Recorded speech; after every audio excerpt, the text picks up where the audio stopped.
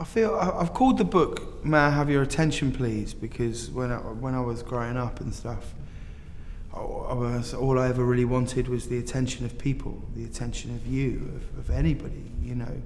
And oddly, by the time I finished the book, I realised that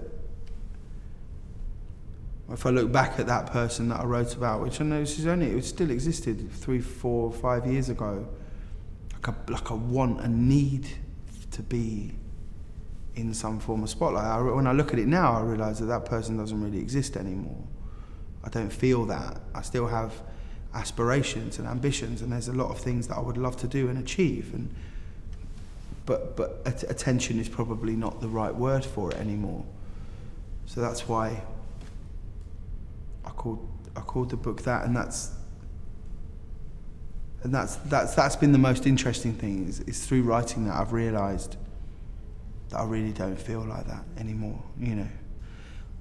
Well, I don't know if I'm the best at it, but the thing I enjoy the most is writing something and then making it and being in it. It's just such a thrill.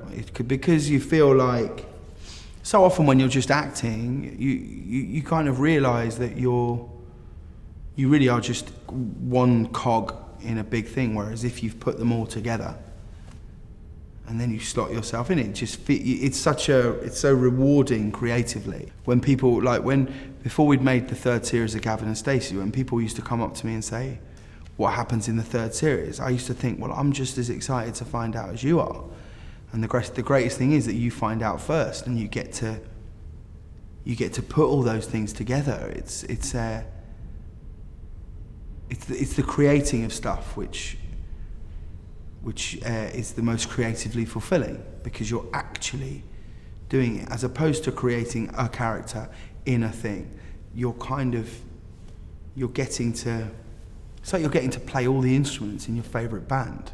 Do you know what I mean? It's just brilliant, and so it's that I enjoy the most. But it's also a massive commitment, time-wise. You know, it's tough, and if it doesn't work, you've put in such a lot of work into doing it, but the prize is so great when you get to hand it over to actors and directors, and you sit, and when something happens and you think, oh my God, that's just what it was like in my head.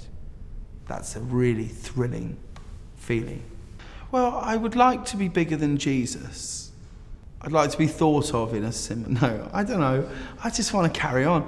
All I hope for is that it just carries on. I'm so aware that this is such a transient thing, that these purple patches of a career, they just come and go. So I would hope, that's all I hope for. I hope it carries on. I hope I get to continue working with interesting people and meet interesting people. That's all I ever really want to do. Just meeting you guys, it's great. You've got a great way to end the day. Just met like 7 new people. How many people do that at work? They never do. They go to work with the same people every day, and you know, yeah. So that's what I hope. I hope I just get to. I'd love to work in America. I would love to try and do that, but then I'm also realistic about the chances of that. So I would. All I'm hopeful for is more of the same.